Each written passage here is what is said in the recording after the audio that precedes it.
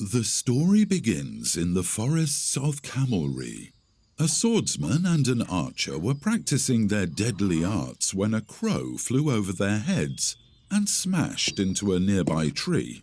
They looked down and saw a note attached to its foot. The note read, Dear Sir John of Camelree, a war is coming to Camelree. In order to stop this war, the Blacksmith King and his army must be stopped. They are gearing up and are almost ready to leave Burnington. As our bravest knight, we have faith that you will find a way to defeat the Blacksmith King and his mighty army. However, in case you are unsuccessful, we here at Camelree will prepare all of our men and women to fight. Good luck, and may the gods guide you. Signed, Queen Gwyneth, Queen of Camelree. Cupid, let's gather our belongings. We are off to save Camelree. We shall head north to reach the city of Burnington by nightfall. We can camp on the outskirts and attack at dawn. Right, but do you think it's wise to be going up against an entire army by ourselves? I am the greatest swordsman to ever walk this earth, and you are the most accurate sharpshooter of arrows I've ever met. So don't worry. We'll think of a plan once we get there. All right. Hold on. My sword is missing. Oh, there it is. Over there, under that tree.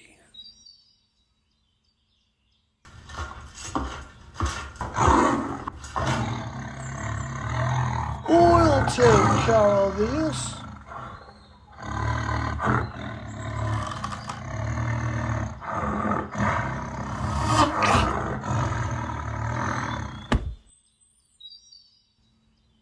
Thanks. I'll go grab my sword and we can leave. It's under the huge beast. He's much too heavy to move. Come, help me move it.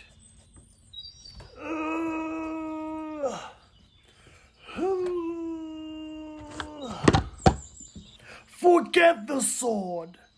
I will find another. We must leave now.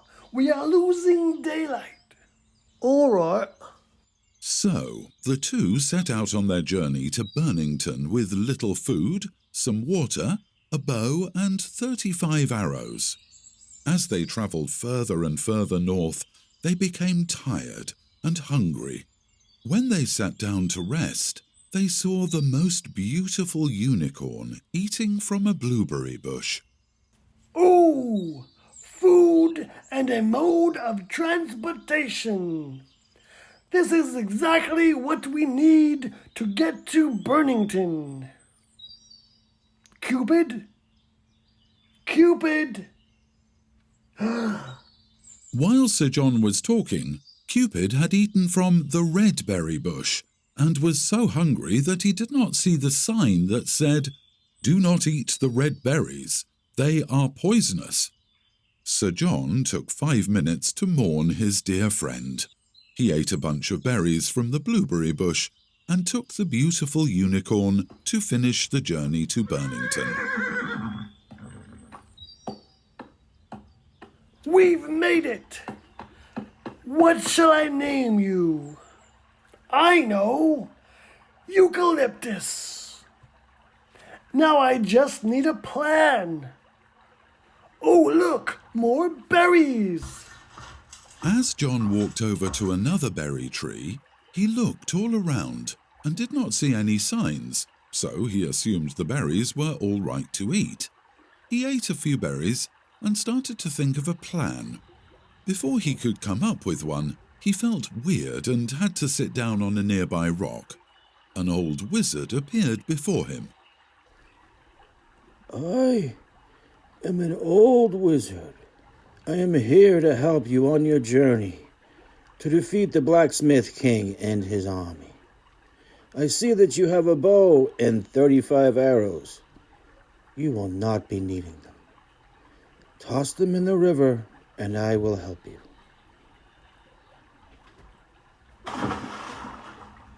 Go to the castle wall. Wait until you see a cow. Once the cow crosses your path, you will see a sword. Take the sword and hold it up to the sky. The blacksmith's army will all fall to the ground and dissolve into nothing. I must go now. John got off the rock and walked to the castle wall and waited for the cow to cross his path.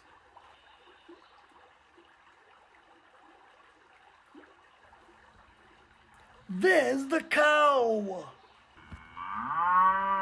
John walked over to the cow. He saw what looked like a sword handle sticking out of the cow's anus. He gripped the handle and slowly took the sword out of its deep, warm hole. He lifted it up above his head, and a big bolt of lightning came down and struck the sword. John fell to the ground, the sword still in his hand. Once he was able, he got up and looked over the castle wall and saw all of the blacksmith king's men on the ground, and within minutes they all dissolved into nothing. Who are you? I am Sir John of Camelree, and I have come to protect my people by destroying your army, and now I will destroy you as well. John holds up his sword to the sky, but this time nothing happens.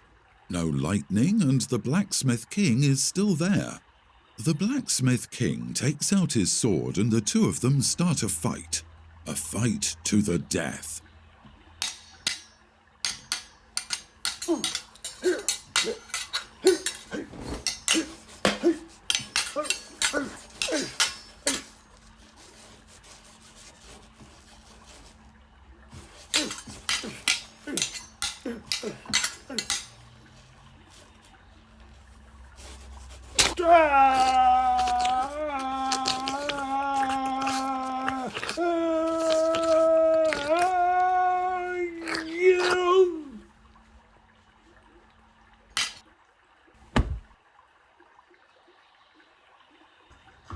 John, barely able to stand, walks over to his unicorn friend and moves his hand through her hair. Eucalyptus lays down and John lays upon her, and they both fall asleep beneath the castle walls.